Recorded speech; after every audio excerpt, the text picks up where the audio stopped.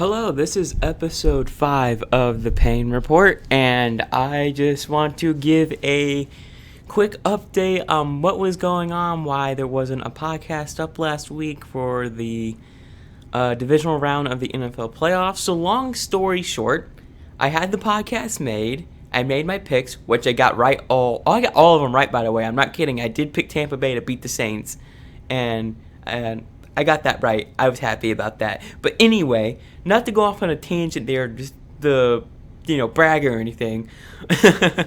But it's basically when I went to upload the podcast, the file got corrupted, and yeah, so unfortunately, old episode 5 got corrupted, and I wasn't able to do anything. So, and at that point, it was Saturday morning of the divisional round, so I couldn't make something out in time. The reason why I wanted to post it on Saturday morning is to give something for y'all to listen to as a time killer before games. But yeah, so I couldn't post anything, and then I flew back to college last Sunday, so I wasn't able to catch the Browns game, but I can recap the other games. Yeah, I wasn't able to catch the Browns-Chiefs game because I was flying back, ironically, to Missouri, where I go to school. I'm not going to say which university or anything because I like my private life. I'm a private person, and that's my business. Not really, I hate to sound like a jerk, really, but it's like not really y'all's business to know where I really go to school, I guess. But, I go to college in Missouri. That's all I'm going to say. And maybe I'll feel better about that in the future, but right now I am I'm just a private person. That's just how I am. But anyways, I do apologize if there's you hear door slamming or background noise. I'm in a study room at my university in my dorm, so I'm just, recording a podcast in a study room, and it's fine. People, it's 10 o'clock right now, and people don't really use the study rooms past 10 o'clock anyway, so I'm just going to record here and get what I need to say done. But anyway, update on the podcast. I'm trying to shoot for once a week. I got 15 credit hours of classes I'm taking right now. I'm working 14.5 hours a week, so my schedule is very, very tight, and I'm going to try to record when I can. So I'm likely going to have one episode per week. I can't really do more. If I do have time, I'll do more. I'll try to do more. But in terms of podcasts, in terms of time limit and thresholds, I want to shoot for no less than 30 minutes and no more than an hour because, like I said, I got a tight schedule. And I actually want to get. The reason why I say no less than 30 minutes, I want to give content to y'all to listen to. Be like, 10-minute podcast. I don't want to listen to that because who wants to listen to a 10-minute podcast? You look at Good Morning Football, for example. They have little 5-minute podcast segments. I go on runs, and I'm like, I don't want to listen to a 5-minute podcast. I want to listen to something that's going to take up the majority of the run. But anyways, I'll just stop my rambling there. So I'm going to recap the NFL divisional round, and then I'll make my championship picks, my NFC, AFC championship picks, and then I guess I could talk more about the Deshaun Watson turmoil. I did that in last podcast episode, but a lot has went down since. But anyways, let's get right into the episode. So, Saturday, I believe, the Green Bay Packers played the Los Angeles Rams last Saturday. I believe the final score of that game was 32-18. And I picked the Packers to win that game. I knew they were going to win that game. Ultimately, Jared Goff had question marks with his health. John Wolford wasn't out there. Aaron Donald wasn't really healthy, so he kind of got shut down by the Packers' offensive line. Cooper Kupp wasn't really healthy, so Sean McVay's going in there with a broken, basically, offense and a probably 75% Aaron Donald, and the way Aaron Rodgers has been playing, the way Matt LaFleur has been coaching, the way Aaron Jones has just run the ball, and the way the Packers defense too. You look at the Packers defense the past couple weeks, they have played championship football. That's scary to think about if you're a Chiefs fan, if you're a Bills fan, if you're, well, this weekend, a Tampa Bay Buccaneers fan, because the Packers are playing championship defense. They're they're playing good defense. They're playing good against the run. They're playing well enough against the pass right now. So it'll be very interesting to see if they can take down Tampa Bay. But I'm gonna make that pick a little bit later. But yeah, I was really impressed with Aaron Rodgers. Aaron Rodgers shows why he's an NFL MVP. The Rams were basically outmatched. Everyone knew the Rams were kind of going to lose this game anyways. So I mean, good season for the Los Angeles Rams. But there's kind of question marks of what you're going to do here with the quarterback position, because Jared Goff is obviously not an amazing quarterback, and there's rumors swirling that Sean McVay doesn't really like Jared Goff as his quarterback. So who knows what's going on there? I personally think they're going to keep Jared Goff next year because of just the cap hit it would have, and the cap's going to shrink next year because of COVID. So they'll have a huge cap hit. I think Jared Goff will stay the Los Angeles Rams quarterback for now. But that does open the conversation of what should they do with the quarterback position coming down in the future. But anyways, the next game on that Saturday evening was the Baltimore Ravens and the Buffalo Bills. And let me tell you something. The Baltimore Ravens really need an X receiver. They need an X receiver. Someone who's going to be, the guy. There's no alpha dog in that receiver room. I mean, when Marquise Hollywood Brown is your number one option, and I think past prime Des Bryant is your number 2, and Willie Snead as your number 3 in terms of wide receivers, that is piss poor, and that is terrible. And yeah, that it really showed in this game. I mean, the Bills really covered well. They kept Lamar in check, running the ball like I thought they would. They kept him. They forced him to throw, look like outside of numbers a lot of times. He couldn't really, like I said, Lamar Jackson. He can't consistently throw outside of numbers yet.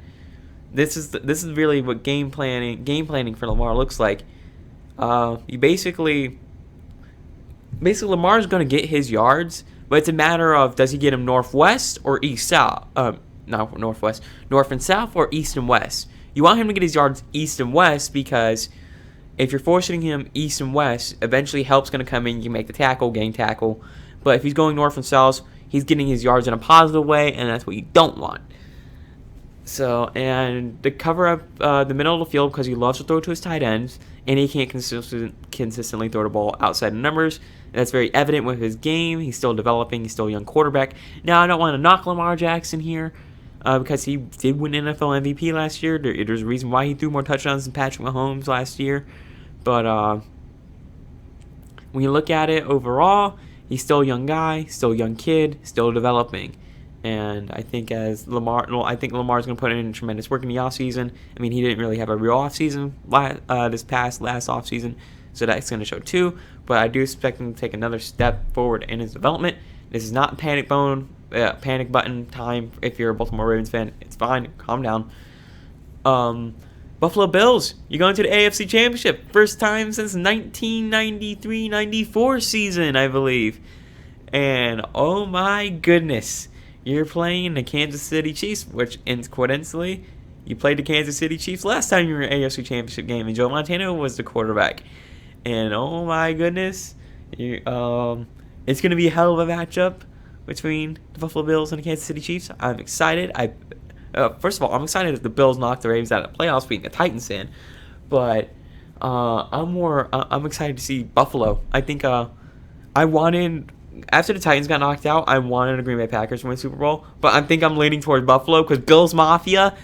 Yeah, Bills Mafia. You're lit, y'all. Like, you are awesome. And I mean, if I could, I would put myself through a table with y'all. I would light that table on fire and I'd put myself through that table and, have fun with Bills Mafia. But unfortunately, I'm not going to put myself through a table. I'm not there yet. I mean, I'm not a Bills Mafia member, so I can't really put myself through a table yet. Titans fans don't really put themselves through a table. So, Yeah, the Bills show toughness. I believe Brian Daboll started out the game with 17 passes, which is insane for them. So that is something to look at in terms of how they game planned the last game against the Ravens. But Josh Allen made his plays. It's a pick six, really sealed the game from there. And Buffalo Bills fans, you should be excited. Your team's going to the AFC Championship. Next up was the Kansas City Chiefs and Cleveland Browns. And Cleveland had a chance to win this game. They just got away from the run game. Nick Chubb is a really good running back. He's not the best in the NFL, in my opinion. He's like probably top 3. That's because Derrick Henry is the king, and Derrick Henry is the best running back in the NFL. Don't come at me on that. Derrick Henry is the best running back in the NFL, okay? But anyways, Nick Chubb. Nick Chubb and Kareem Hunt, I believe they got some 17 touches altogether, and that's not a recipe for Cleveland to win. Cleveland needs to run the ball. They need to get the ball to the running backs, and they didn't really do that here. And even though Patrick Mahomes went out mid-third quarter with a concussion, they just couldn't really do anything with the football. And then I heard Zach. I listened to Zach Schaumler from Strong Opinion Sports, and like I said, I wasn't able to watch this game. And he was describing a key moment in the game. He talked about, I believe it was a 4th and 2 on their own 32. And it was like some 4 minutes and change left in the game, and he was talking about how the Browns punted it. And when he said that, and he was like, I was surprised that they didn't go for it. And when he said that they punted it, I didn't know this because I was on a flight. So the fact that the Browns punted that ball with 32 on their own 32, 4th and 2 with 4 minutes and change, if you punt that ball away, you're probably not going to see the ball again. And he brought up that point that they weren't going to see the ball again, and he was right. And they didn't see the ball again. And remember, to beat the Chiefs, you got to constantly go for it on 4th down. That's also what he pointed out there. And to beat the Chiefs, you're going to have to take a big risk. You're going to have to gamble a little bit. You're going to have to do things. But I really think Cleveland kind of shot themselves in the foot with their game planning. They were there in the end to win it. But talk about Chad Henning coming in. He did have the one interception, but it was ultimately a punt, so it didn't really hurt the team there. That big scramble on 3rd and 14, I believe, set it up 4th and inches, and boy, did Chad Henning, he won in the football game, and I can just say that he won in the football game, and that cannot be taken away from him ever.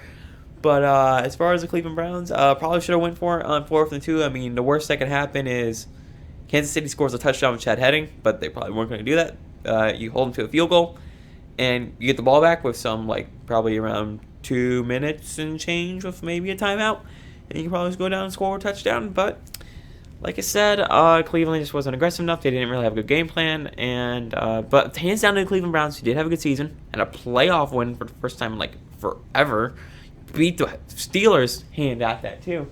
So you should be proud of that, Cleveland Browns fans. Future is bright in Cleveland. And I believe the last game of the day, I did watch a bit of this one. I was still selling in, still putting stuff back in my dorm room where it was. Because, like I said, in between semesters, we have, a month off. So, pack stuff. I packed a lot of stuff. So, I was, unpacking, paying attention to the game, too. And, holy cow, that was a good football game. Drew Brees and the Saints came up short again. I called it. There was something about that game that made me pick Tampa Bay to win that. And I said, I feel like Tampa's going to win this football game. And I was right. Tampa Bay was going to win this football game. And it mainly comes down to, it's just hard to beat a team 3 times in a row, let alone an NFL team 3 times in a row. There have been instances of teams doing that.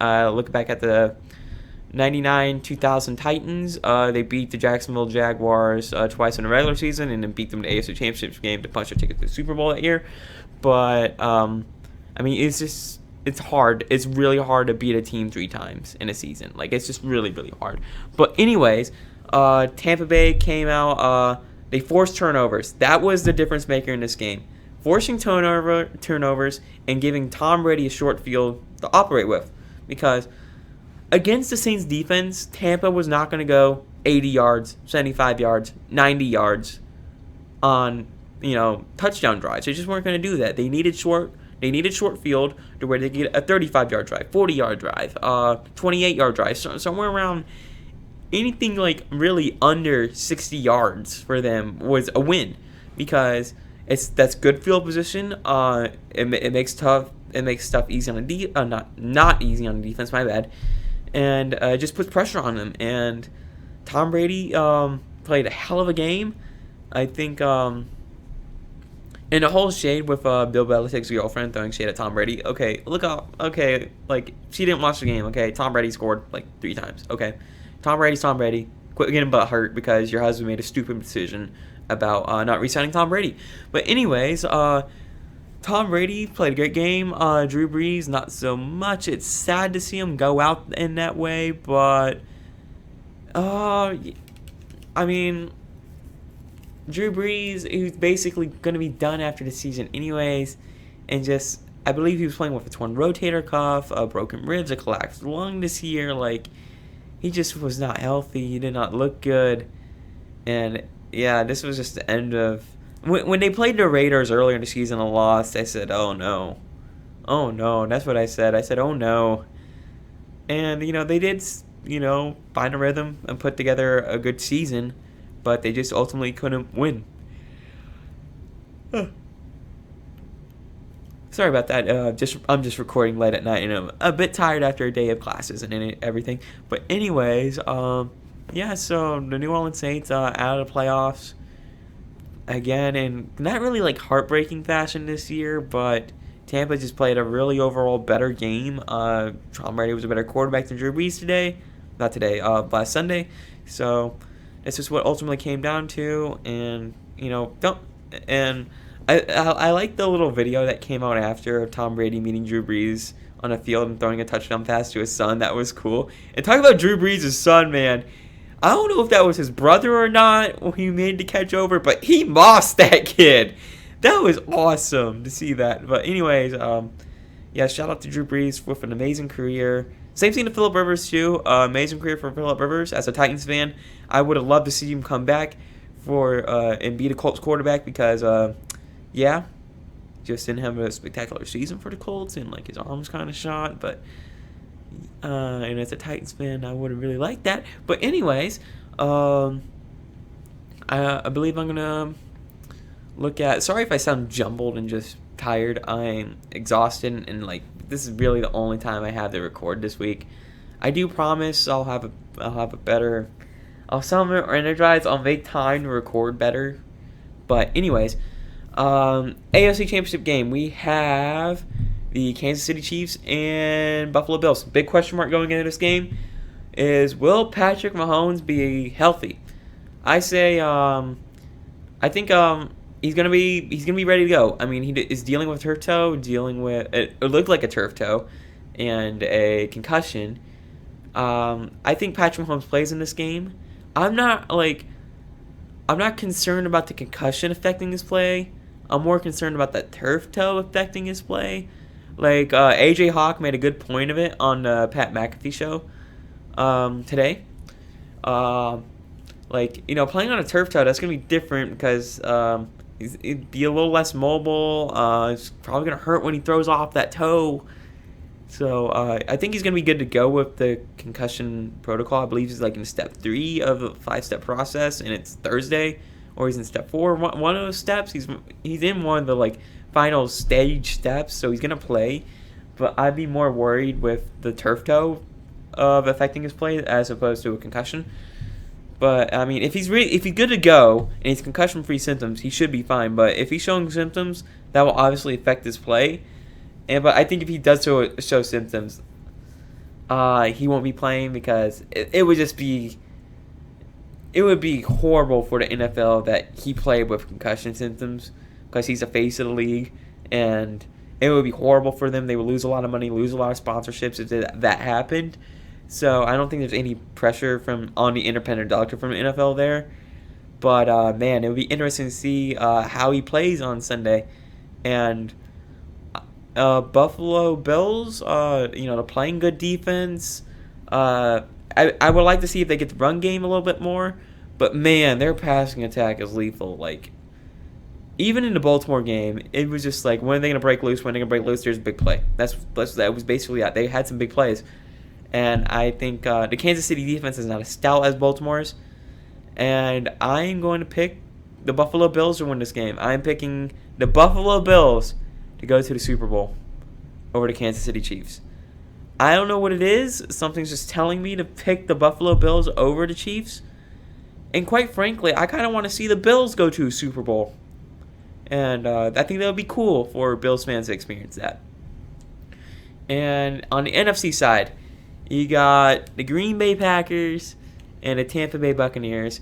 And I can't tell you how bad I want to pick the Tampa Bay Buccaneers. Like, I'm a big Tom Brady fan. Like, the main reason why I'm a big Tom Brady fan is because he's a 6th round draft pick. He was told he couldn't do it, and he proved him wrong, and I love those stories. But I just love those underdog stories. But I just can't pick against Aaron Rodgers and the Packers. They are red hot right now. Like, I just can't pick against them. I'm picking the Packers. Like, I'm picking the Packers to win this game just because they're red hot. Although the Tampa Bay Buccaneers are red hot too. I don't know.